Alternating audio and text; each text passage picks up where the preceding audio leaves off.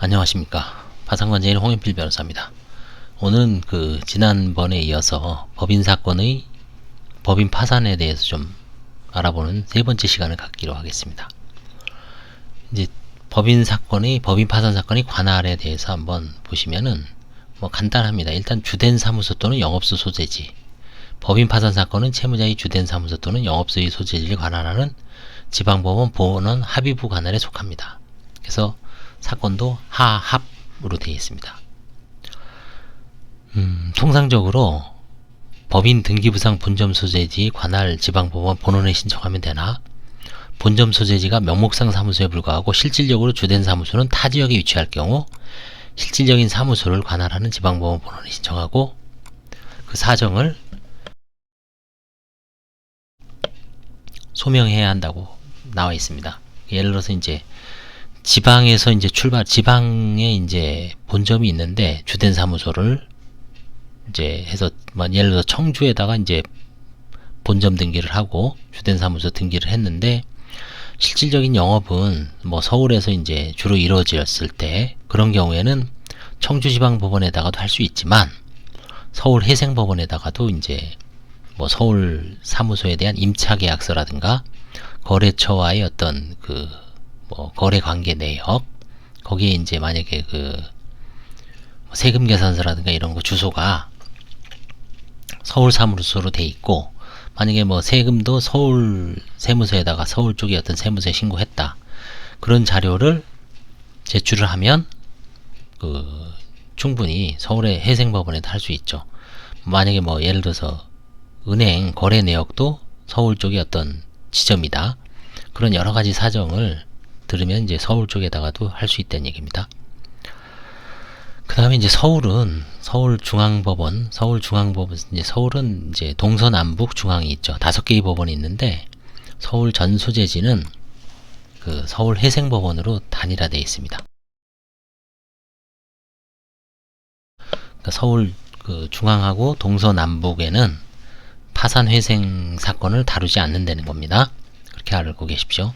서울 전 지역은 서울해생법원에서 개인 파산이든 개인회생이든 법인 파산이든 다 서울해생법원에서 관할을 합니다. 그 다음에 재산 소재지, 주된 사무소 또는 영업소에 따른 관할법원이 없는 경우에는 채무자 재산의 소재지를 관할하는 지방법원 본원 관할에 전속한다. 채권의 경우에는 재판상 청구를 할 수 있는 곳. 예를 들어서 서울에 본점이 있는데 주된 사무소가 있는데 경남 창원에 공장이 있다. 그럼 그 공장을 법인이 소유하고 있다. 그런 경우에는 창원지방법원에다가도 법인 파산을 신청할 수도 있고 서울해생법원에다가도 신청할 수 있고 선택적으로 할 수 있다는 얘기입니다. 관할의 특례, 독점규제 및 공정거래에 관한 법률에 따른 계열회사에 대하여 회생사건 또는 파산사건이 계속되어 있는 때는 계열회사 중 다른 회사에 대한 파산 신청은 그 계열회사에 대한 회생사건 또는 파산사건이 계속되어 있는 지방법원 본원에 할 수 있다. 이건 아마 대기업 같은 경우가 대기업 그룹을 예정해 놓은 것 같습니다. 지주회사가 있고, 예를 들어서 두산 중공업이 있고, 그 다음에 두산 뭐가 있고, 이렇게 가지치기를 하죠. 그래서 계열사가 서울에다가 하면은 나머지 회사도 다 거기다 할 수 있다는 얘기입니다. 그 다음에 주채무자 및 보증인, 채무자 및 그와 함께 동일한 채무를 부담하는 사람 중 한 사람이 어떤 이런 도산 사건에 대해서는 이 사람에 대한 도산 사건이 계속되어 있는 지방법원 본원에도 할 수 있다는 얘기입니다. 대표적인 게 주채무자 및 보증인이죠. 내가 누구한테 보증을 서줬는데 주채무자는 서울에 살고 저는 저 지방에 가 있습니다. 일 때문에. 그때 주채무자가 서울에다가도 했을 때 서울에다가 했는데 그럼 보증인도 만약에 서울에다가 하고 싶다 그럼 서울에다가 할 수도 있고, 또 별개로 본인이 사는 데다가도 할 수 있습니다. 이건 의무가 아닙니다. 항상 내가 유리한데 선택적으로 할 수 있는 겁니다. 파산사건은 채무자의 주된 사무소 또는 영업소의 소재를 관하는 고등법원 소재지 지방법원 본원에도 신청할 수 있다.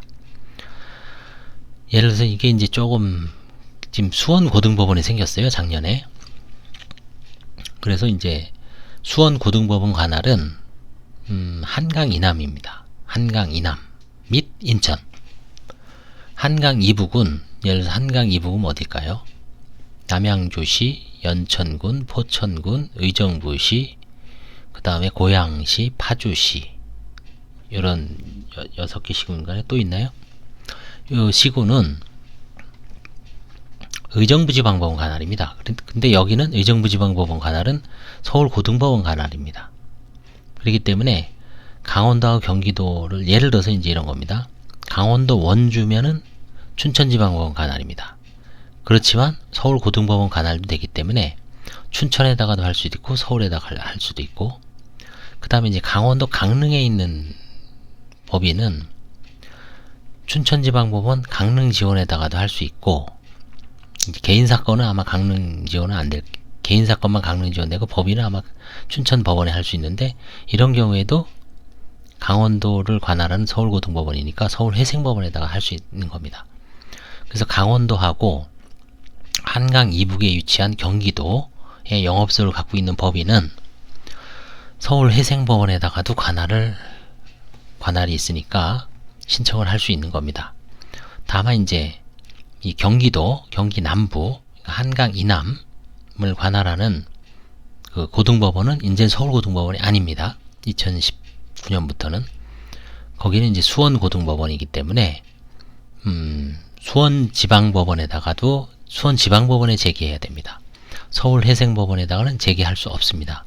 따라서 이제 서울회생법원은 아마 사건이 좀 줄고 수원지방법원은 아마 도산 사건이 좀 늘 가능성이 있습니다. 그런 관할 이런 문제 때문에.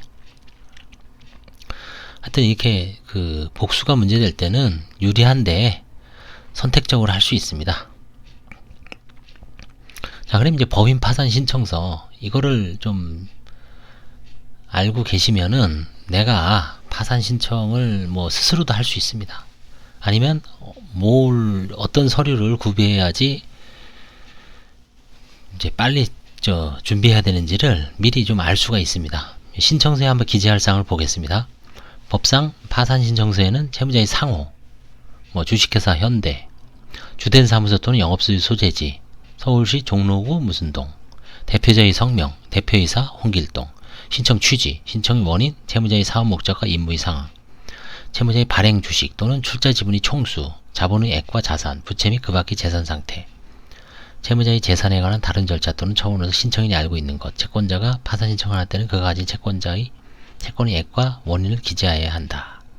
이게 대부분 이제 등기부하고 정관, 그 다음에 회사 내부의 서류를 잘 이제 구비해서 그거를 이제 순서적으로 정리하는 거에 불과합니다. 그 밖에 사건의 표시, 부속서류 표시, 작성령의 관할법원의 표시, 서명 날인.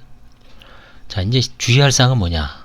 한 개 법인당 한 건으로 작성해야 합니다. 수개의 관계회사를 병합하여 신청할 수 없다는 얘기입니다. 만약에 계열사가 쭉 있어도 원칙적으로 한 개 법인당 한 건으로 들어가야 되는 겁니다. 우리 개인 파산도 마찬가지죠. 부부가 있어도, 그러니까 개인 파산 도산 사건에서는 결국 이제 공동소송이 적용이 안 되는 거죠. 민사소송법상의 통상공동소송, 필수적 공동소송이 있죠. 그게 적용이 안 되고 그냥 건당 해라. 개인도 원칙적으로 부부도 따로 들어가죠. 다만 뭐 편의상 같은 재판부에서 이제 심리를 해줄 수는 있고, 이런 경우도 마찬가지죠. 뭐 계열사가 왕창 들어갔을 때 원칙적으로 한 개 법인당 한 건으로 작성하지만 그 심리는 뭐 같은 재판부에서 할 수도 있는 거죠. 그 다음에 대리인에게 위임하지 않는 경우 대표자에 연락 가능한 전화번호를 기재한다. 이거는 뭐 당연한 거죠. 그 다음에 회생 절차를 신청하였다가 회생계약이 인가되기 전에 폐지 결정이 확정된 경우 채무자의 대표자가 폐지 결정이 공고일로부터 14일 이내에 파산 신청을 하는 때에는 회생재판부에서 파산 선고가 이루어질 수 있음. 이게 이른바 결련파산입니다. 인가전 폐지. 이 경우 회생 절차상 채권 신고, 이의, 조사, 확정의 효력은 파산 절차에서 그대로 인정이 되고 인가전에 폐지된 거죠. 다시 할 필요가 없다는 얘기입니다. 회생 절차상 공익채권은 파산 절차상 재단채권으로 보장되어 우선권이 인정되므로 법인 파산 신권으로 파산 신청을 할 것이 아니라 회생재판부에 파산 신청을 구하는 취지의 서면을 제출하여 결련 파산 선고를 받으면 족합니다. 요거는 뭐 대리인들이 전문가들이 좀 잘 알고 활용을 해야 되겠죠. 현재 법인 파산 사건에서는 유동화 전문 회사와 같은 극히 예외적인 경우를 제외하고는 동시 폐지가 이루어지지 않고 있습니다. 유동화 전문 회사는 뭐냐면 부실 자산을 카드라든가 이런 대출, 소액 대출 같은 채권을 전문적으로 구입을 해서 이제 서류상으로 뭐 제1차 유동화 전문회사, 제2차 유동화 전문회사, 사실 거의 페이퍼 컴퍼니나 같습니다.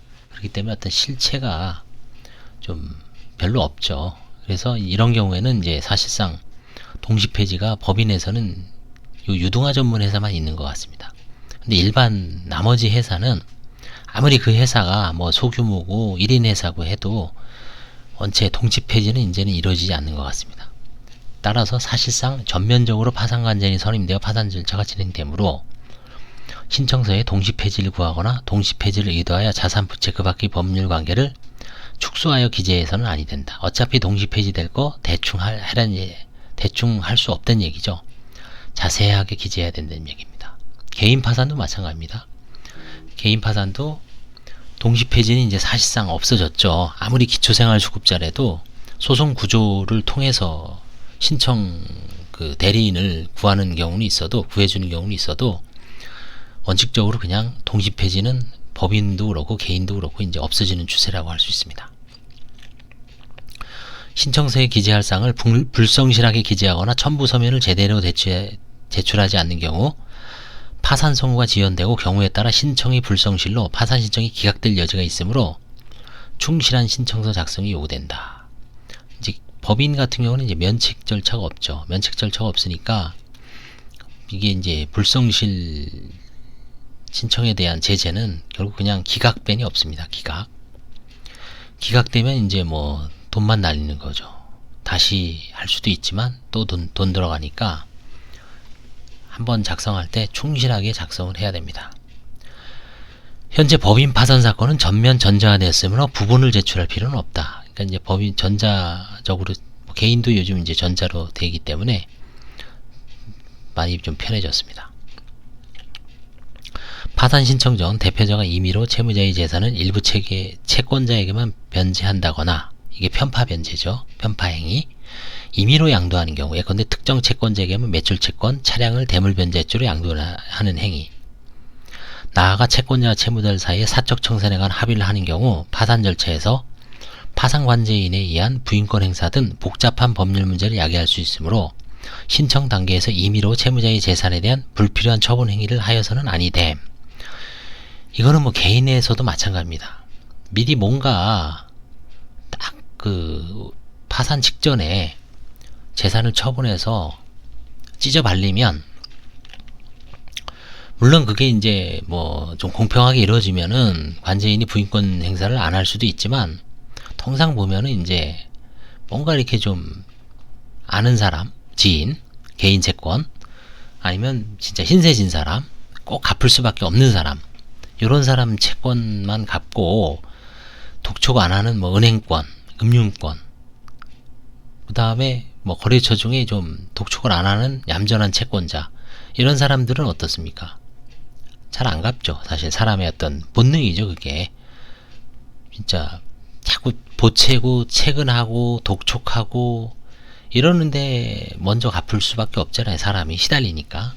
그래서 그런 걸 방지하기 위해서 관제인이 이제 부인권 행사를 하는데, 이거는 뭐 개인 파산이든 법인 파산이든 다 공통된 겁니다. 신청서 제출 단계에서 굳이 폐업 신고를 하고 신청할 필요는 없습니다. 이거는 뭐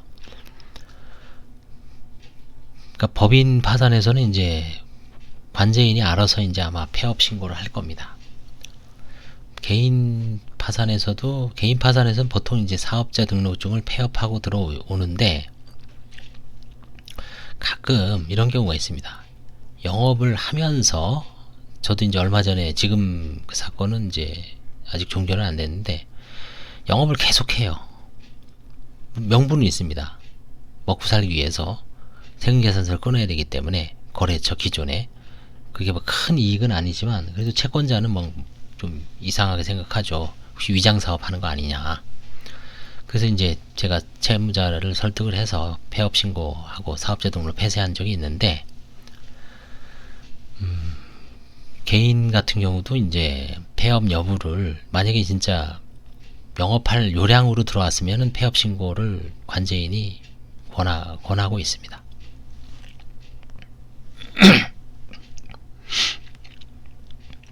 자, 신청서 작성 예를 보겠습니다. 이게 아주 보니까 요거 그대로 타이핑 쳐서 하면은 뭐 누구든지 쉽게 할 수 있습니다. 판사님들이 쓴 거기 때문에. 자, 신청 겸 채무자, 주식회사 누구누구 주소 쓰고 대표이사 쓰고 전화 쓰고 이메일 쓰고 대리인이 있는 경우 대리인 변호사 쓰고 뭐 당연히 전화번호 이거 쓰고요. 신청 취지, 채무자 주식회사 누구누구에 대하여 파산을 선고한다 라는 결정을 구합니다. 신청 이유 1. 채무자 회사의 개요. 각주를 보십시오. 법인 등기사항 증명서, 회사 설명자료, 주주명부, 조직도 등을 기초로 채무자 회사의 계략적인 내용을 이제 기재하는 겁니다.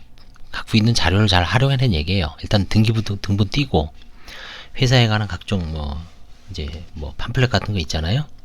그런 거 좀 갖고 오고, 그 다음에 주주명부 있을 겁니다. 주주명부, 회사에 보관 중인 거 아니면 세무서에 신고된 거. 그 다음에 조직도 대표이사, 사장, 전무, 지역본부 아니면 과장, 부장, 사업 이렇게 조직도 있잖아요. 그런 어떤 내부 문서를 통해서 일단 이거를 이제 작성하는 겁니다. 1. 사업 목적. 채무자는 2012년 몇 월 며칠 예를 들어서 기계 아니면 무슨 러닝머신 제조 등을 목적으로 설립되었고, 아니면 기능식품 제조, 건강기능식품 제조 등을 목적으로 설립되었고, 신청일 현재 영위하고 있는 목적 사업은 건강보조식품 판매입니다. 아니면 건강보조식품 제조입니다. 아니면 금형 제조입니다. 각 목적에 맞게 쓰면 돼요. 아니면 여행업, 여행사입니다. 쓰면 되고요. 회사의 연역. 채무자 회사의 법인 설립 시부터 현재까지 회사 연역은 아래와 같습니다. 쭉 쓰는 겁니다. 1월 1일 주식회사 설립, 업무 협약, 납품, 그 다음에 이제 상 받은 거 있죠? IOS 인증받고, 무슨 산업안전부로부터 받고, 무슨 보건복지부로부터 무슨 상을 받고, 그 다음에 이제 어디 공장을 개설하고, 이런 걸 쭉 씁니다. 모회사, 자회사, 관계회사 현황. 없으면 그냥 넘어가는데, 조그만 소규모 회사는, 만약에 이제 좀 연결되어 있는 회사가 있다. 모회사가 있고 자회사가 있고 계열사가 있다. 그러면 채무자 회사는 신청일 기준으로 모회사는 존재하지며 자회사로 채무자가 100% 주식을 보유하고 있는 주식회사 땡땡이, 관계회사로 채무자의 대표이사가 대표자로 재거적하 있는 주식회사가 있습니다. 현재 주식회사 땡땡은 Q1 2015 하합 땡땡호로 파산 신청을 하였으며 관계회사인 땡땡땡 역시 현재 경영난 후 조만간 회생 내지 파산 신청을 계획 중에 있습니다. 이런 식으로 해서, 이건 조그만 회사는 이런 게 없으니까 넘어가는 경우가 많겠죠. 라항 이제 봅시다. 회사의 자본 및 주주의 구성. 1. 주식 현황 및 자본. 채무자 회사의 주식과 자본금의 현황은 다음과 같습니다. 이거는 법인 등기부등본 있죠. 등기사항 전부증명서라고 하죠, 요즘은. 부동산 등기부등본, 법인 등기부등본이 아니고 공식 명칭은 등기사항 전부증명서라고 되더라고요. 그래서 그거를 띄어다가 그대로 여기다가 옮겨 적으면 돼요. 주식과 자본금의 현황. 발행할 주식의 총수 10만 주, 발행 주식의 총수 5만 주. 이게 이제 상법상 수권 주식 저 다 잊어버렸는데 수권 주식이 어떻고 옛날 이제 배운 생각이 나는데 그대로 쓰면 됩니다. 10만 주, 발행 주식 총수 5만 주. 한 주의 금액 5,000원. 요즘 1,000원도 있고 이건 이제 쓰면 되고요. 자본 총액 5525죠. 2억 5천만 원. 그대로 쓰면 됩니다. 이 자본의 변동. 채무자 회사의 자본 변동 내역은 다음과 같습니다. 2012년 1월 1일 법인 설립 때는 1억 5천만 원. 총 자본금은 1억 5천만 원. 그 다음에 1월 1일 증자 1억 원, 2억 5천만 원. 이게 이제 증자가 여러 번 돼 있으면 그게 다 법인 등기부에 기재가 돼 있을 거예요. 그걸 그대로 칸을 만들어서 치면 됩니다. 3. 주권 상장 여부 및 주주의 구성. 보통 이제 대부분 비상장이죠. 채무자회사는 비상장 법인이며 주주 명부상 주저의 구성은 다음과 같습니다. 아래와 같습니다. 요거는 이제 세무서에 신고된 거 그대로 쓰면 됩니다. 1, 2, 3, 4 주주명 쭉 쓰고 주식수 쭉 쓰고 금액 쓰고 지분율 6, 3, 5, 5. 이건 다 그 주식 변동사항 명세서가 있어요. 세무서에 그 신고하게 되어 있습니다. 그거로 그대로 갖다가 쓰면 됩니다. 4. 회사의 임원 구성 및 종업원 현황. 임원 구성. 임원은 경영인이죠. 경영. 대표이사, 이사, 감사. 감사까지 쓰네요. 담당 업무는 총괄, 재무, 감사. 소유 주식 쪽 쓰고요. 지분율 6, 3. 비고, 상근, 비상근. 그대로 쓰면 됩니다. 이름 쓰고 생년월 쓰고 임원 구성 쓰고. 종업원. 채무자 회사의 직원은 신청일로부터 1년 전에는 몇 명이었으나 2014년부터 몇 명이 퇴사하였고 2014년 12월 31일 나머지 명령이 퇴사해 신청이 현재 종업원은 없습니다. 다 정리하고 들어온 거죠. 이제 어려우니까. 8번. 지난 1년간 상시 근로자 수는 채권자 협의회를 구성할 필요가 없는 중소기업에 해당되는지 여부를 판단하기 위한 것임. 직원들이 퇴사 시기도 가급적 특정하여 기재하여야 한다. 이건 이제 판사님들이 이런 거를 각주를 단 이유는 이렇게 가급적 이렇게 좀 해달라는 얘기예요. 만약 이걸 안 해주면 나중에 이제 결국은 또 보정명령이 내려와요. 이거 변호사들은 잘 알죠. 매일 연수원 때부터 이거를 이런 식으로 이제 트레이닝을 받죠. 이런 거를 안 하면 이제 보정명령이 날아옵니다. 그냥 종업원 대충 그냥 안 썼어요. 그러면 이제 예전에는 어느 정도의 규모였느냐, 그 다음에 그 직원들이 언제 퇴사했느냐, 그리고 나중에 이제 대표자 신문 때 이제 물어볼 거예요. 아니면 서면으로 이제 다시 내라. 여기서 이제 빠진 거는 다 그런 식으로 하죠. 그 다음에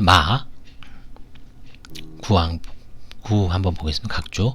노동조합이 있는 경우 활동사항, 파산 절차의 협조적인 여부 등도 기재해야 합니다. 이런 것도 기재해야 돼요. 보통 이제 소규모 법인을 상정하니까 노조가 없는 경우도 이제 있기 때문에 그런 걸 예정을 하고 이제 하겠습니다. 공장, 영업소 등의 시설. 1. 채무자회사의 주된 사무소는 법인등기부에 본점으로 기재된 서울 서초구 서초중앙로 땡땡입니다. 위 사무소는 2012년 1월 1일 임대차 보증금 1억 원, 차임 월 300만원, 관리비 월 100만원으로 정하여 임차에 사용했는데 현재 연치 차임, 관리비 원상복구비를 제하고 나면 약 4,400만원 정도로 회수할 수 있을 것으로 생각됩니다. 사무실의 소유 내지 임대차 현황, 퇴거 여부, 차임 연체 여부, 퇴거 시 반환받은 보증금 사용 내역도 기재할 필요가 있습니다. 그렇죠. 이거 잘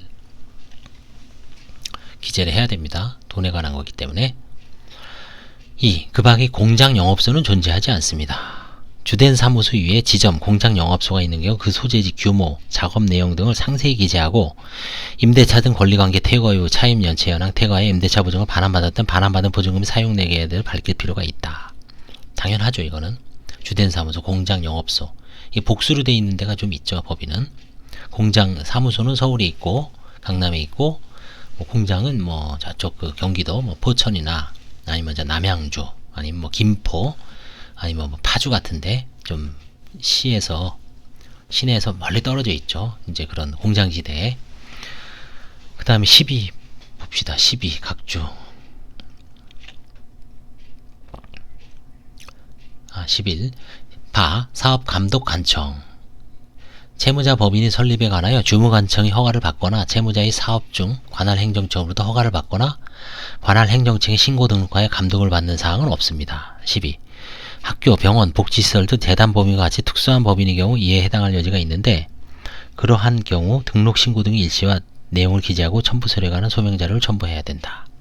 우리가 보통 일반 사기업 같은 경우는 사업감독관청으로부터 일일이 그 감독을 받는 거는 좀 드물죠. 사실은 개인 자영업자 같은 경우는 예를 들어 노래방이라든가 이런 경우 소방서 이런 거가 있겠지만, 이 법인 같은 경우는 이 자본주의 사회에서 사적 자치 원칙상 특별한 경우가 아니고서는 그냥 자유스럽게 영업을 하는 거죠.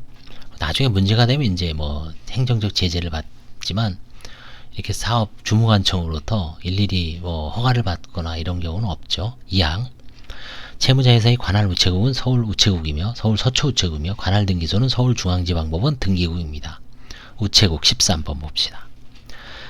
채무자에 대하여 파산이 선고될 경우 채무자에 대한 우편물이 송달은 파산 관제인에게 이루어지므로 채무자를 관할하는 우체국, 지국 등 작은 규모 우체국은 파산 절차의 우편물 촉탁에 관한 사항을 알지 못한 경우가 일반적이므로 관서 등급 4급 5급의 비교적 규모가 있는 우체국을 기재해야 된다. 이게 이제 우편물 촉탁 제도 때문에 그럽니다.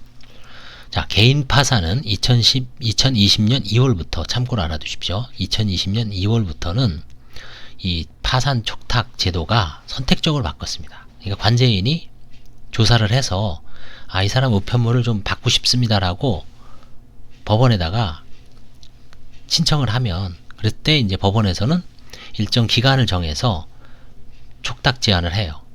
그러면 그때 그 우편물은 관제인 사무실로 오고 신청을 안 하면 이제 다시 채무자의 주소지로 발송이 됩니다. 이건 이제 올해 좀 변동사항인데 법인은 아마 뭐 그냥 그대로 촉탁될 것 같습니다.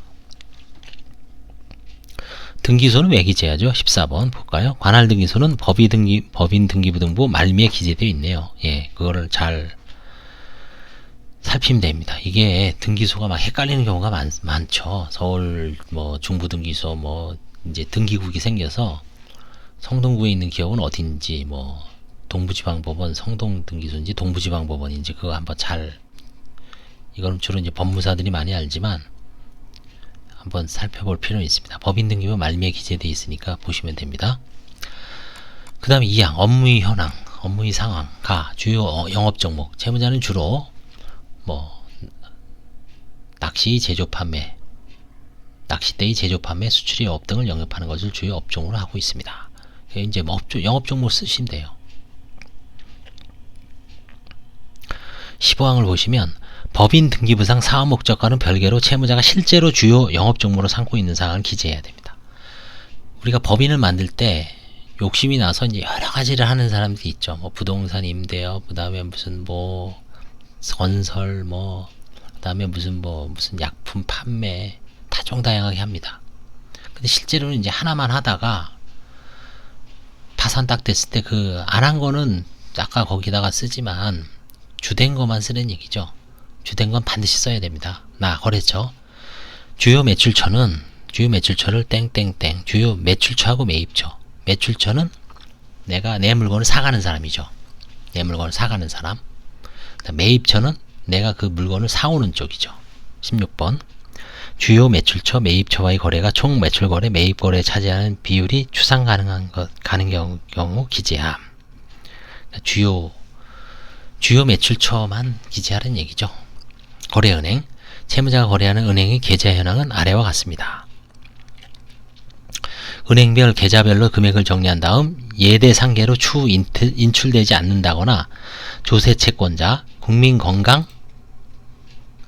국민건강보험공단의 압류로 인하여 인출할 수 없는 경우 등 인출 제한 사유도 비고란에 기재함이 바람직하다. 그렇죠. 다 압류된 거 일체 다 기재하라는 얘기죠. 거래은행 한번 보겠습니다. 이런 식으로 하는 거. 순번, 은행, 계좌번호 쭉 쓰고 쉽죠. 금융상품, 보통정기, 잔고 거의 없죠. 예. 어디 1000만원, 2000만원, 인출 가능, 1원, 질권 설정 1000만원, 이건 뭐 나가리죠. 2000만원, 서초세무사 압류 금액이 2000만원이면 이것도 나가리입니다. 또 이런 식으로 이제 쭉 씁니다. 3. 자산부채 현황. 이건 이제 재무제표를 옮기는 겁니다. 여기다가 서술식으로 자산부채 현황 18번 보겠습니다. 법인 파산 절차는 채무자가 보유한 재산을 환가하여 채권자에게 배당하는 절차이므로 보유재산에 관한 자산 현황, 채무자의 채권자에 관한 부채 현황은 신청서의 가장 중요한 부분이죠. 가장 최근의 결산서류, 재무상태표를 바탕으로 각각의 계정과목 명세에 기하여 세무적으로 작성하여야. 이거는 만약에 그 법인 파산 하시면은 세무사들 돈 잘 줘야 됩니다. 세무사들 돈 안 주면 이런 거 잘 안 해주죠. 그럼 나중에 막 서류도 안 줘서 파산이나 회생할 때 좀 어려움을 겪을 수 있어요. 그래서 그 세무사나 공인회계사의 도움을 받아서 이제 이거를 작성을 하시면 됩니다. 만약에 못하면은 본인이라도 그 재무 상태표 나오죠. 세무서에 가면 띄워줍니다. 그동안 이게 신고한 걸 분기별로 2014, 15, 16, 17, 18 그걸 갖다가 여기다 쓰는 수밖에 없죠. 2014년 19번 봅시다. 가장 최근에 작성된 재무 상태표를 바탕으로 현황과 청산 시 환수 가능한 금액을 계략적으로 기재합니다. 그러니까 이제 예를 들어서 지금 2020년이잖아요. 13, 14, 15, 16, 17, 18, 19, 20, 뭐 19년. 작년 19년이면 작년 거를 갖다가 기준으로 해라는 얘기죠. 2013년 그거 다 필요 없습니다. 기준 가결산 자료의 재무상태표를 기준으로 채무자의 자산 총액은 10만, 100만, 1000만, 억, 3억 원이며 이 자산을 청산할 경우 실제 자산은 약 5천만 원에 불과할 것으로 생각됩니다. 이 괴리가 있죠. 이거는 장부상 가격이고 실제 청산했을 때 그걸 쓰라는 얘기입니다.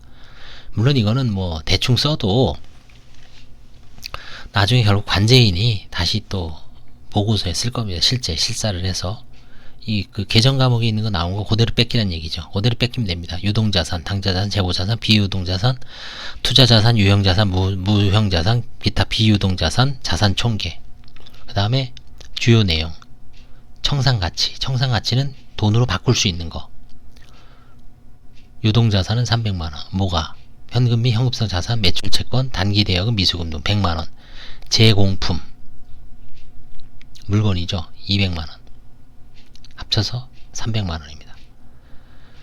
그 다음에 비유동자산은 출자금, 퇴직연금, 운용자산 200만원, 부동산 차량 운반구 비품 50만원, 개발비 특허권 회원권 50만원, 임차보증금이 이제 유일해 거의 큰 재산이죠. 비품 같은 것도 뭐 거의 안 나가죠. 하여튼 이렇게 잠정적으로 잡아서 5천만원으로 잡았습니다. 그래서 이제 이 개요를 쓰시고 자산에서 유동자산, 현금 및 현금성 자산, 채무자의 뭐 이렇게 쭉 봐서 현금성 자산은 다와 같으나 예대상계, 세무서 및 압류로 인하여 상계할 수 있는 실제로 인출할 수 있는 금원의 청산가치는 0원입니다. 그 다음에 매출채권, 채무자의 2014년 12월 31일 기준 채무자가 부여한 외상 매출금 명세는 아래와 같으며 현재 연락 가능한 순번 1위 매출채권 이외에는 매출채권 상대방의 도산 등으로 사실상 회수가 불가능합니다. 다만 순번 1위 매출채권의 경우 상대방의 물건의 하자 등으로 인한 손해배상 채권을 주장하면서 상계로 대응하고 있고 실제로 납품 과정에서 물건 일부 하자가 발견되어 전액 회수할 수는 없는 것으로 생각됩니다. 21번 외부 감사 대상이 아닌 비상장 주식회사의 경우 대다수가 사업상 필요로 매출채권 등 계정 과목을 허위 내지 과다 계상하거나 악성의 장기 미수 채권을 대손 처리하지 않고 재무상태표에 그대로 반영하지 않는 경우가 많습니다. 이런 사유가 실무상 파산 절차에서 채무자에게 특별히 불이익하게 작용하지 아니하므로 그런 사유가 있는 경우 구체적으로 밝힐 필요가 있습니다. 그러니까 이제 이런 걸 많이 걱정해요. 뭐냐면 법인 파산을 했는데 그동안 이거 다 분식회계로 해서 뭐 대출 받거나 아니면 좀 사업 규모를 불리기 위해서 좀 일부러 좀 허위 계상하는 경우가 좀 있죠. 그러니까 그런 경우가 있다 손치더라도 형사처벌을 받거나 판사님한테 무슨 뭐 불이익을 받는 건 아니다. 그냥 그게 이제 뭐 좋은 현상은 아니지만 그걸로 인해서 너 나쁜 놈 해갖고 이제 무슨 뭐 형사처벌을 하거나 그러지는 않는다는 얘기예요. 그래서 그 점을 이제 지적을 한 겁니다. 정확하게만 써라. 단기대여금 채무자의 2014년 기준 재무상태표. 그러니까 이거를 다 분석을 하는 겁니다. 여기 나와 있는 거를 이런 거를 계정 과목에 있는 이거하고 요 주요 내용을 그대로 이제 분석을 하는 겁니다. 단기대여금 350만원 채무자가 사내이사 누구에게 대여한 것인데 영업비용으로 처리할 것으로 자산항목이 단기대여금 계정으로 계산기에 부여하여 사실상 회수할 수 없는 것이다. 그러니까 영업비용으로 줘야 되는데 이거를 단기대여금을 했으니까 계정을 잘못한 거에 불과하죠. 그러니까 회수할 수 없다.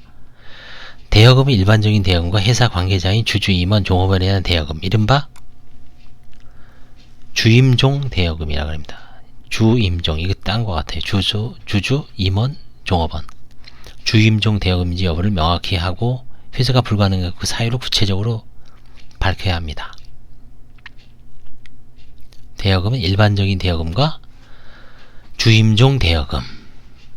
오늘 또 하나 배워갑니다. 저희도 이걸 읽으면서 주임종 대여금 다 밝혀라. 미수금, 채무자의 2014년 12월 기준 재무상태표 미수금 50만원은 누구에 대한 대여금 350만원에 대한 인정이자를 계산해 내는 것으로 위 다에서 본 가지요로 사실상 해서 없는 것이다. 다 분식이죠. 예. 재고자산 23번. 현재 보관하고 있는 장소를 기재하여야 하고 해외에 소지하거나 영업소가 아닌 곳에 보관하고 있는 재고가 있는지, 아직 도착하지 않은 재고가 있는지, 가공업체에 위탁한 채무자 소유 재고가 있는지 여부 등도 기재하여야 함. 나아가 대물변제 등으로 처분한 것이 있는 경우 그 시기 상대방 내역도 밝힐 필요가 있다. 요거는 이제 혹시 부인 청구를 대비해서 관제인이 조사를 할 겁니다. 아마. 채무자의 기준 재무 상태표상 재고자산 5천만원 채무자의 제공품인데 실제로 상품으로는 매각하기 어려운 자산으로 이를 제공품을 재고자산이라고 합니다. 실제로 상품으로 매각하기 어려운 자산으로 이를 매각할 경우 원재료 기준으로 약 200만원 정도에 불과할 것으로 생각됩니다. 재고자산의 경우 채무자가 영업활동으로 소모한 것 외에 별도로 처분한 것은 없으므로 모두 본사 사무실에 보관되어 있습니다. 그 다음에 이제 비유동자산.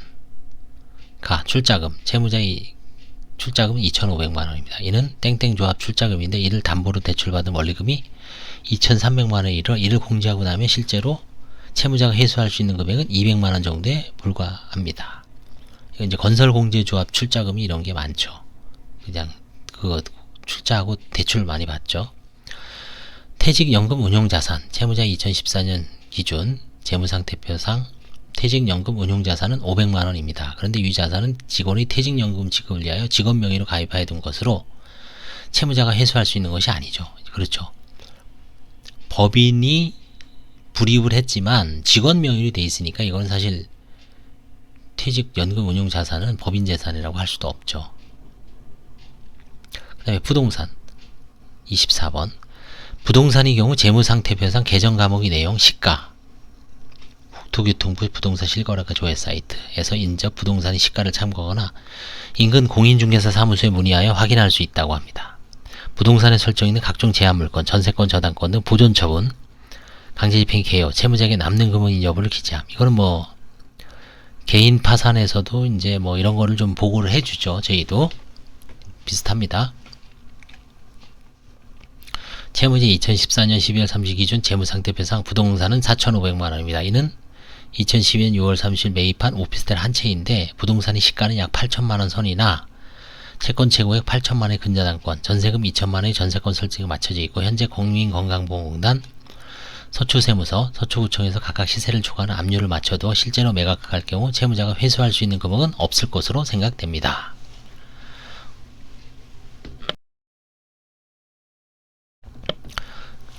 차량 운반구 26번. 법인에서 차량 운반구라고 하더라고요. 그냥 차량이 아니라. 차량 운반구는 등록 원본을 첨부하여 그 내역을 소명하고 중고차 시세 사이트를 이용하여 시세를 확인한 뒤 조세채권, 공공보험료 채권에게는 압류금액, 저당권이 피담보 채권의 금액이 시세를 초과하는지 여부를 기재함. 만약 처분한 사항이 있는 경우 처분의 시기 상대방 가액 역시 소명하여야 합니다. 이것도 마찬가지로 제대로 처분했는지, 은리가 아닌지, 부인권 대상이 혹시 아닌지 이런 거를 밝히기 위해서 하는 겁니다. 차량 운반구는 400만원입니다. 이는 채무자가 보유한 차량은 2000 몇 년씩 한 대, 주행거리까지 써주죠. 20만 킬로미터.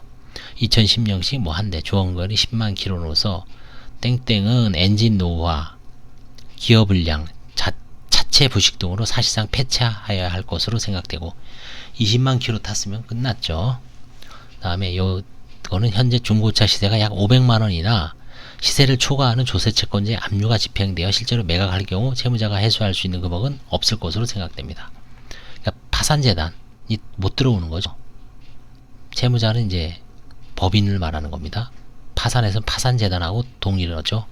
비품, 채무자의 비품은 100만원입니다. 이는 채무자가 보유한 사무실 집기 비품으로 현재 채무자가 보유한 사무실 집기 비품으로는 에어컨 1대, 노트북 1대, 책상 2개, 의자 2개, 소파 2개, 2세트, 응접 테이블 1개가 전부입니다. 이 물품은 채무자 회사의 설립 당시에 매입한 것으로서 별도로 처분하는 것은 없으나 노후화되어 실제로 매각할 경우 회수할 수 있는 금액이 약 50만원 남짓에 이를 것으로 생각됩니다. 개발비, 특허권, 회원권 요런 거는 비품 같은 거는 이제 그 대법원 사이트에 파산 해상 재산 매각 사이트에 이제 올립니다. 거기서도 안 팔리는 걸 한값 포기할 수밖에 없죠. 뭐 쓰레기 처리 비용도 들 정도로 진짜 안 가져가면 어쩔 수가 없습니다. 개발비, 특허권, 회원권 보겠습니다. 장부나 대차대조표에 반영되어 있지 않는 무형자산이라고 하더라도 이를 기재해야 한다. 채무자가 보유한 인터넷 도메인, 상호권, 경업금지를 이유로 한 손해배상 청구권 등 부의 자산이 있는 경우, 이 부라는 건 이제 회계 서류죠. 부의 자산이 있는 경우 그 내역을 소명자료로 첨부하여 빠짐없이 기재해야 한다. 이런 건 잘은 기재 안 하죠. 기재 안 하고 이제 관제인이 아마 샅샅이 조사를 하지 않는 한 누락될 수도 있죠. 그냥 깜빡하고. 재무상태표에 따르면 개발비가 1,500만원, 특허권이 300만원, 회원권이 200만원 계상되어 있지만 그러나 개발비는 기술 개발 시 인건비를 자산으로 계상한 것으로 매각할 수 있는 것이 아니고 회원권은 땡땡 리주트해야 된 것인데 이 리주트가 현재 폐업하였고 회원권 거래소에서도 거래되지 않는 것으로 매각할 수 없을 것으로 보입니다. 리주트 이거 잘 안 되더라고요. 뭐 50만원, 100만원도 안 되는 게 태반입니다. 대명 콘도는 잘 되더라고요. 대명 콘도는 한 뭐 1,500인가 3,000에 거래된 거기는 제대로 된 좀 우리나라에서 유일한 다른 나머지는 잘 모르겠고요. 대명 콘도는 제가 이렇게 실제 채무자 그 조사하면서 한 3,000만원인가요? 그 매각을 해서 사용처를 한번 조사를 한 적이 있는데 거기는 좀 돈이 되는 것 같고 제대로 좀 하는 것 같고 나머지는 뭐 다 그냥 별로 뭐 이런 설악산에 있는 이런 콘도 같은 경우 대명 콘도 빼고 나머지는 다 볼 거 없는 것 같습니다. 특허권은 채무자가 보유한 발명 특허 땡땡땡에 관한 것인데 시장성 있는 것은 아니어 실제로 매각할 경우 약 50만원 정도에 매각할 수 있을 것으로 생각됩니다. 그래서 이것도 아마 뭐 특허 같은 경우는 이제 특허도 사이트가 있습니다. 최근에는 법원에서 안내하는 사이트가 있고 그래서 거기다가 이제 올려놓으면 혹시 누가 이제 관심 있는 분들이 매수를 할 수가 있기 때문에 다 올려놓습니다. 뭐 회원권도 마찬가지고요. 임대차 보증금 아까 4,400이라 그랬죠. 이거 이제 미납 차임, 뭐 관리비 못 낸 거, 그 다음에 무슨 원상회복 혹시 또 원상회복이 문제가 될 수 있어요. 원상회복 해줘야 되니까 거기에 대한 어떤 원상회복 비용까지 다 공제하고 남는 금액이 대략 얼마인지를 다 써야 됩니다. 이제까지 자산이고요. 부채는 이제 중요하죠. 채권자의 어떤 그 배당 기준이 되기 때문에 기준 가결산 자료의 채무상태표를 기준으로 채무자의 부채는 10억 원이고 채권자 충수는 50명입니다. 개인 파산에서는 이게 나중에 누락이 되면 각종 또 후발 분쟁이 생기죠. 면책효력 확인이소, 뭐 청구이소, 이런 소송이 아주 흔하지는 않지만 가끔 있어요. 가끔. 그 다음에 뭐 제도의 파산 되느냐, 다시 또 파산이 되느냐, 뭐 같은 복잡한 문제를 일으키는데 법인 파산에서는 뭐 그럴 일은 없습니다. 최근 재무상태표와 부채총계가 현재 파악한 채권자의 채권의 합계 일치하지 않는 금액 이유를 밝힐 필요가 있다. 세부 내역. 부채를 각 항목별로 구분하여 분류하되 비고란에는 담보물이 있는 경우 담보물, 담보권자 등을 기재하고 보전처분, 강제집행, 소송 계속중, 소송 확정, 집행권의 확보 등의 사유가 있는 경우 이를 간략히 기재한 다음 첨부 서류에 관한 소명 자료를 첨부한다. 법인 파산은 뭐 채권자 충수가 이제 개인하고는 뭐 많죠. 개인은 뭐 물론 개인도 많은 경우가 있지만 대개 뭐 한 5명에서 한 12~13명 안팎이죠. 평균. 근데 여기는 기본이 뭐 이제 50명입니다. 여기는 채권 시부인 하면 하여튼 골치 아플 것 같아요. 담보부, 무담보, 우선적 채권. 금융기관 대여금. 담보는 이제 주로 융자를 받은 거죠. 오피스텔 차량을 담보로 해서 파이낸셜에 많이 받고, 일반 대여금은 없네요. 기타 제로. 그럼 1억 2천만 원은 담보 채무고, 그 다음에 이제 무담보는 일반 신용으로 대출 받은 거죠. 5천. 그 다음에 여기다 이제 뭐 공정증서 써준 거, 그 다음에 이제 가압류 당한 거, 소송 당한 거 다 써줍니다. 합계 그래서 총 8억 2천. 그 다음에 이제 우선적 채권. 우선적 채권은 파산 선고 이후 파산 채권보다 우선적으로 변제를 받게 되는 재단 채권을 의미하는 것으로 조세, 임금, 퇴직금, 공공보험료가 대표적이죠. 이런 게 조임, 퇴공, 조세, 임금, 퇴직금, 공공보험료. 파산 절차에서 이와 같은 채권은 파산 채권과 달리 취급되므로 별도 항목으로 그 내역을 소명할 필요가 있음. 이게 왜냐면 법상 관제인이 우선 변제하게 돼 있습니다. 이건 이 사람들은 배당을 받아가는 게 아닙니다. 돈 있는 거에서 파산 통장에서 꺼내갖고 수시로 나눠줘야 됩니다. 이자까지 쳐줘야 됩니다. 대법원 판례가 2014년 전원합의체에서 임금 광주지방법원인가요? 거기서 임금 이자 지연이자 안 줬다고 그것도 다 재단 채권으로 봐버렸죠. 그래서 관제인은 그 수시로 잘 변제를 해야 됩니다. 조세, 압류이권, 공공보험료, 4대 보험료입니다. 4대 보험료, 건강보험료, 국민연금, 그 다음에 산재, 그 다음에 또 뭐죠 하나가? 그래서 4개가 있습니다. 임금, 퇴직금 써주시고 소개. 총 10만, 100만, 1000만, 억, 10억입니다. 우선적 채권은 1억 8천. 만약에 이게 지금 이 회사가 아까 있는 돈 다 끌어 모아서 한 5, 6천 배이 안 되면 이 채권자들은 한 푼도 못 받아가죠. 그냥 국가 세금만 국가 세금하고 요 공공보험료 있죠. 요 임금 요거 1억 8천만 안 분해서 비례하고 그냥 종료되는 겁니다. 채권자들은 한 푼도 못 가져갑니다. 일반 채권자들은. 파산 원인이 존재 및 회사가 파산에 이르게 된 사정, 지급정지 상황 33번. 자, 지급정지 의미가 뭘까요? 지급정지는 채무자가 자력이 없어 변제기에 도달한 채무자를 일반적 계속적으로 변제할 수 없음을 외부에 표명하는 것으로 사업장 폐쇄, 폐업, 대표이사 잠적, 소재불명, 근로자 대부분이 퇴사, 영업활동이 중단, 부도, 당자거래 정지처분 등의 사유가 존재하는 경우 인정된다. 어음부도가 발생한 경우 최종 부도일이 지급정지일임. 지급정지 사유가 이런 겁니다. 이런 거. 개인도 뭐 비슷하죠. 개인 사업도. 파산 원인이 존재 및 회사가 파산이게 된 사정, 지급정지 상황. 요 중에 하나를 이제 쑥 써주는 거죠. 이 회사에 맞게. 채무자는 대표이사를 제외한 모든 직원이 퇴사하면서 영업을 중단한 이래 2015년 1월 1일자로 관할 세무서장에 폐업 신고를 마쳤으므로 현재 더 이상 채무를 일반적 계속적으로 변제할 수 없는 상황입니다. 부채 초과의 사실. 34번 각조 볼까요?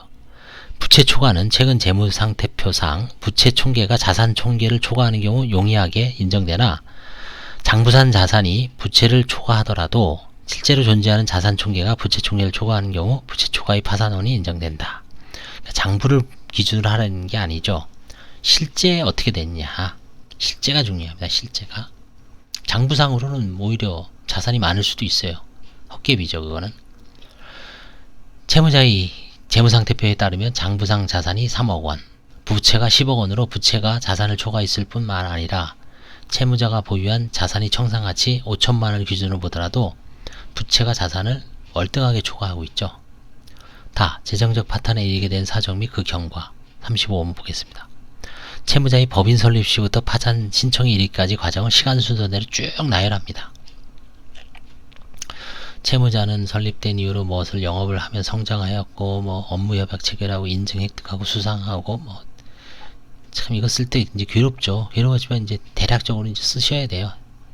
그 다음에 이제 시간 순서에 따라 영업의 현황, 재정적 파탄, 뭐가 이제 무슨 손해를 받고, 어디 무슨 사드 보복으로 중국과의 거래가 단절되고, 메르스 사태로 어쩌고 저쩌고, 코로나 사태로 이런 게 이제 쭉 등장을 하죠. 그래서 결국은 매출 저하로 폐업 신고를 할 수밖에 없었고, 영업을 종료한 그 시점, 일반적 계속적으로 변제할 사정, 시점, 개인 파산 같은 경우 이제 진술서 쓰듯이 법인도 이렇게 쭉 쓰는 겁니다.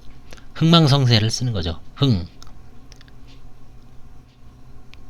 흥망성쇠를 이제 지금은 이제 망한 거지만 흥할 때 시작부터 기승전결, 그렇죠? 쭉 쓰는 겁니다.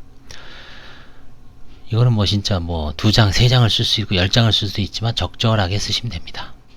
너무 많이 써도 그렇고 뭐 간단하게 써도 그렇고 적절하게 한 2-3장 정도 쓰면 될 것 같아요.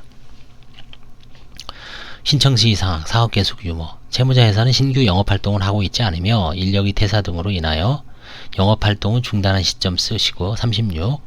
파산 신청을 하는 회사는 대부분 영업을 중단한 상태이므로 영업 중단 시점을 특정하여 기재함. 구체적인 일자까지 특정하기 어려운 경우 2014년 매달 초경, 말경 정도로 월까지는 특정하는 얘기죠.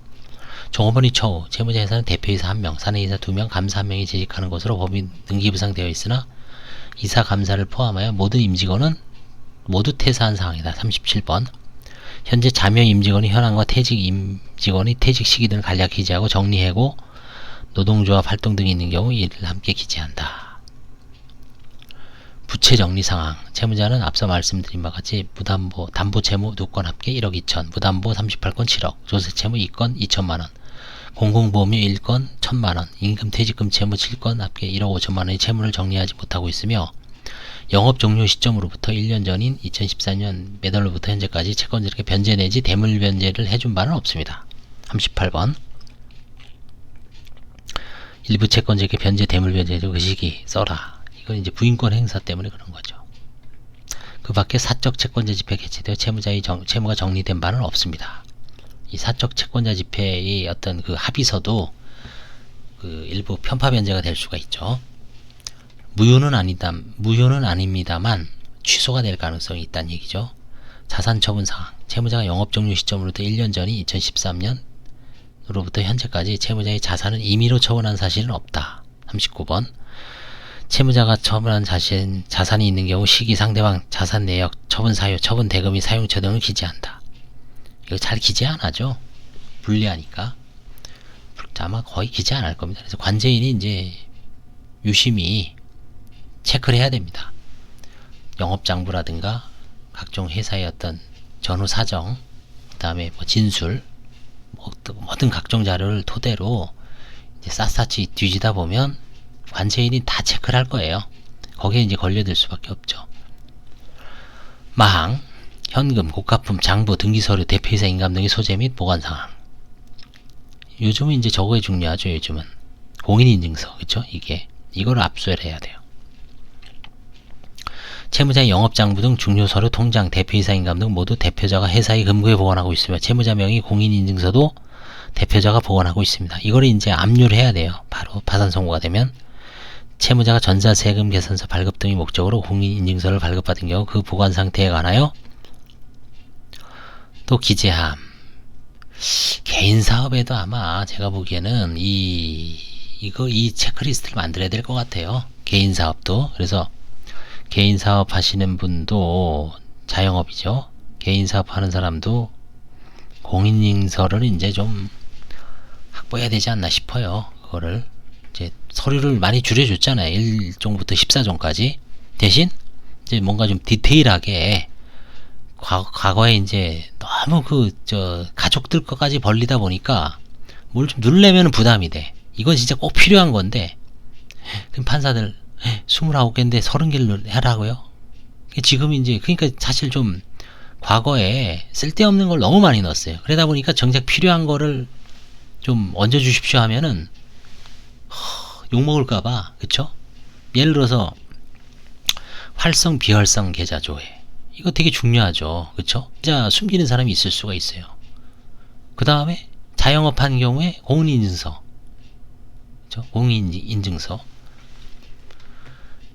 이런 경우 그 확보를 해야 되고, 그 다음에 뭐 이제 여러 가지가 있을 수 있는데 나중에 이제 나올 때마다 말씀드리겠습니다. 파산관제인이 선임될 경우 파산관제인이 보조자로 일할 수 있는 구임직원이 범위. 채무자 회사는 현재 대표이사의 모든 임직원이 퇴사하여 파산 선고에 따라 파산관제인이 선임될 경우 대표이사가 파산관제인이 보주자로 일할 수 있습니다. 만약에 이제 뭔가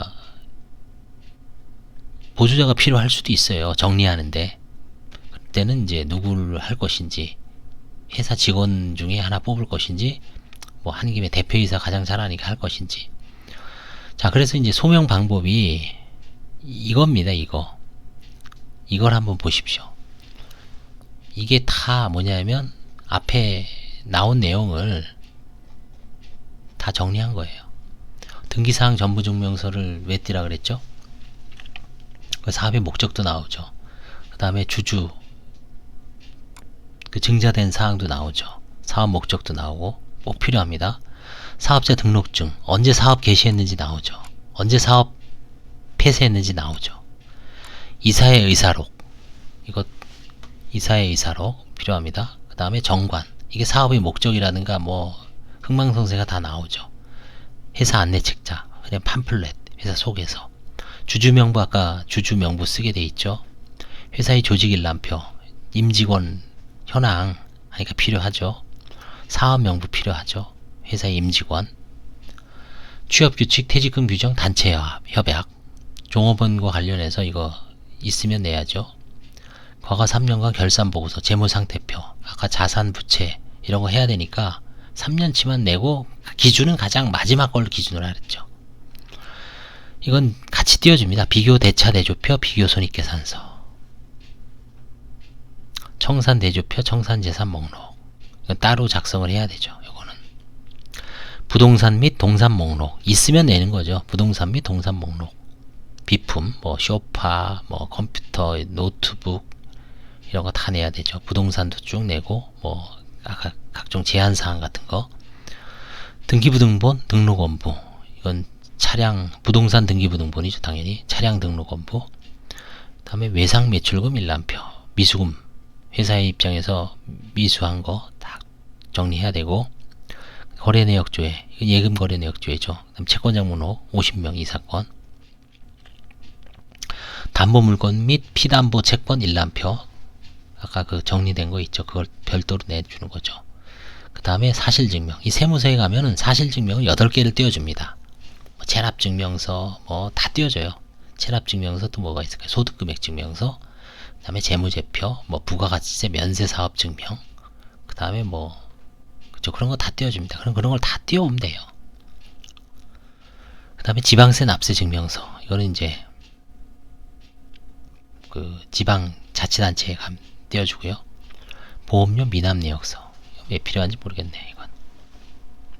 그 다음에 계속 중인 소송 가압류 가처분 경매 내역, 이건 당연히 뭐 이것도 조회할 수가 있어요. 법원 올라가셔서 서울중앙법원, 서울중앙법원 올라가서 그 법인 뭐 주식회사 홍길동 딱 치면은 소송 중인 거 쭉 나옵니다. 가압류 쭉 나오고 가처분 쭉 나오고. 그 다음에 뭐 소장은 소장 받은 거, 소장 낸 거, 받은 거, 이런 거 소장 사본 내는 얘기죠. 지급명령 확정된 거겠죠, 이거는.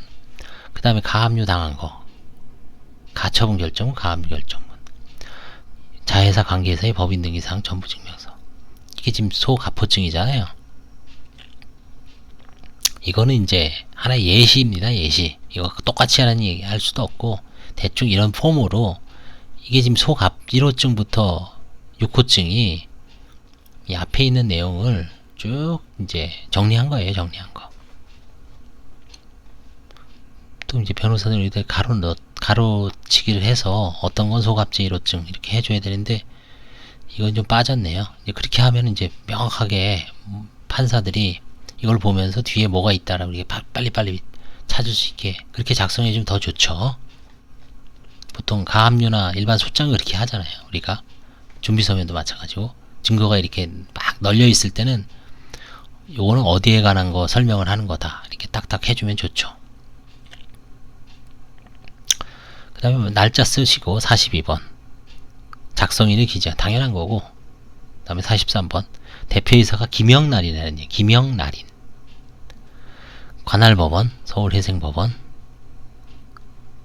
이런 식으로 하시고 이제 신청서를 접수를 하죠. 일반적으로 통상의 접수와 마찬가지로 출력된 신청서에 날인을 한 다음 인지 송달료 첨부서에 첨부서에 파산계 접수계로. 근데 요즘 이제 전자가 되어 있기 때문에 전자로 이제 전자수송 들어가서 접수하면 됩니다. 대개 이제 뭐 첨부서면 스캔 떠서 제출하면 되고요. 그 다음에 이거 파산 신청서 이렇게 긁어다가 갖다 붙이면 됩니다. 인지는 뭐 이렇게 내게 돼 있고요. 송달료도 마찬가지로. 인지는 1,000원이네요. 법인 파산 채무자가 신청, 채권자가 신청은 3만원. 송달료는 이제 뭐 송달료 요즘 3,700원인가요? 올랐죠. 오른 기준으로 내면 됩니다.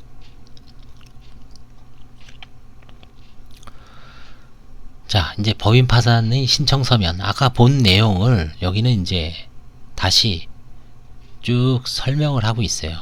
저 자세하게. 그래서 이거는 다음에 한번 시간을 내서 나머지는 한번 여기까지 한번 쭉 한번 보겠습니다. 이건 이제 앞으로가 진짜 중요한 내용이죠. 앞으로가 진짜 중요한 내용입니다. 그래서 이게 지금 몇 페이지냐면은 몇 페이지 안 돼요. 이 뒤에 건 다 법령이죠. 필요 없습니다. 필요 없고 여기까지면 지금 54페이지거든요. 하나, 셋, 넷, 다섯, 여섯, 일곱, 여덟, 아홉, 열, 열하나, 열둘, 열셋, 열넷, 열다섯, 열여섯, 열일곱, 열여덟, 열아홉, 스물, 스물하나, 스물둘, 스물여섯, 스물일곱. 저희가 지금 54페이지 중에 이제 절반을 본 겁니다. 절반. 그래서 오늘은 여기까지 한번 이 신청서를, 이 폼이 이게 판사님이 쓰신 거겠죠. 이 모범 폼입니다. 그래서 이 방식으로 써달라는 주문이죠. 법원에서도. 그 다음에 이제 다음에는 이 신청서의 첨부서면이 갖는 의미하고, 그 다음에 나머지 비용, 예납 비용은 얼마고, 그 다음에 이제 법인 파산에서 뭐 파산채권과 재단채권, 부인권, 기타 주의해야 될 사항에 대해서 이제 나머지 27페이지 반이 이제 설명이 되어 있기 때문에 사실 오늘까지만 봐도 대략적인 건 알 수 있죠. 아, 이러이러한 게 신청서 서면을 구체적으로 이게 가장 좋은 것 같아. 이게 아, 실제적으로 이렇게 써는구나. 이렇게 한번 써보면은 대략 윤곽이 잡히죠. 아무리 뭐 이렇게 설명을 해도 뭐 어떻게 쓰는 얘기야.